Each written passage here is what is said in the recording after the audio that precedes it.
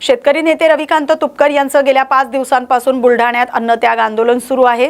5 दिवसात त्यांची प्रकृती कमालीची खालावली आहे। राष्ट्रवादीचे नेते तसंच खामगावचे माजी आमदार दिलीप कुमार सानंदा यांनी आंदोलनस्थळी भेट देत रविकांत तुपकर यांची खालावलेली परिस्थिती पाहून त्यांना अश्रू अनावर झाले आणि ते अतिशय भावुक होताना दिसले।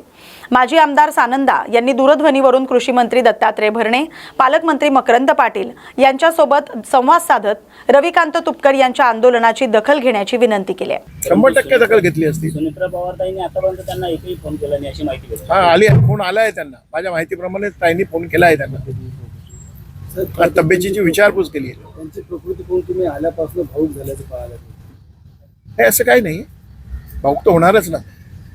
त्यांचं पूर्ण परिवार आज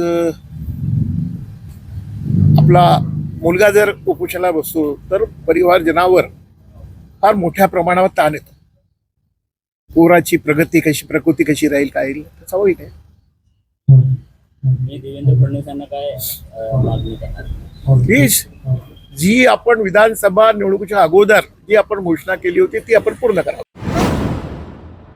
रविकांत तुपकर यांच्या अन्नत्याग आंदोलनाचा आजचा 5वा दिवस आहे। डॉक्टरांनी त्यांची तपासणी केल्यानंतर अतिशय चिंता व्यक्त केली आहे। रविकांत तुपकर यांना उपचार घेण्याचा सल्ला देण्यात आलाय, मात्र जीव गेला तरी बेहत्तर, पण आपण उपचार घेणार नाही। सरसकट शेतकऱ्यांची कर्जमाफी झाल्याशिवाय अन्नत्याग आंदोलन मागे घेणार नाही असा पवित्रा रविकांत तुपकर यांनी घेतलाय। आज उपचार सुरू न झाल्यास रविकांत तुपकर यांच्या अनेक अवयवांवर गंभीर परिणाम होण्याचा धोका डॉक्टरांनी व्यक्त केला। आता तुम्ही रविकांत तुपकरांची प्रकृती या ठिकाणी तपासणी केलेली आहे, काय नेमकं जाणवलं काय? अशक्तपणा बऱ्याच प्रमाणात आहे। त्यानंतर जी त्यांची पल्स आहे ती थोडीशी आता वाढलेली आहे। BP सामान्य आहे आणि घशाचा त्यांना त्रास जास्त होतो आहे सध्या। शुगर आज चेक केल्यावरती शुगरचे प्रमाण साखरे म्हणजे ब्लडमध्ये कमी आलेले आहेत आणि त्यांच्या लघवीमध्ये कीटोन्सचे प्रमाण एक मॉडरेट ते सिव्हिअरच्या रेंजमध्ये आहे।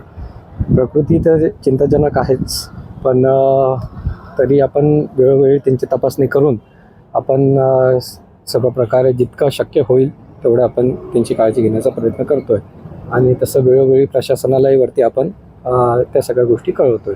आज 5चा दिवस आहे, अजून जरी काही दिवस उपोषण झालं तर काय दुष्परिणाम जाणू शकतात, काय परिणाम होऊ शकतात? त्याचे दुष्परिणाम आता हे बरेच वेगवेगळे। आता हे जे हळूहळू जी साखरेचे प्रमाण कमी होण्याचे जे संकेत आहेत ते ॲक्च्युली शरीराच्या अवयवांवरती परिणाम करणारे असतात।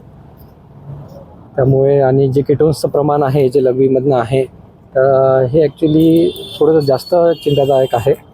तर ते आपल्यासाठी महत्त्वाचं आहे की जेणेकरून आपण त्यांच्या तब्येतीला काही होऊ नये म्हणून आम्ही सर्व प्रकारे त्यांचं जास्तीत जास्त वैद्यकीय तपासणी करून आम्ही वेळोवेळी तो अहवाल घेतो आणि तसा सादर करतो। आपण त्यांची प्रकृती पाहून त्यांना उपचाराचा सल्ला दिला असेल, त्यांची काय भूमिका आहे? त्यांचा सल्ला आहे, म्हणजे त्यांची भूमिका हीच आहे की वरती प्रशासनाने दखल घेतली पाहिजे आणि ते काही सध्या तरी तुर्तास उपचार घेण्यास किंवा दवाखान्यामध्ये भरती होण्यास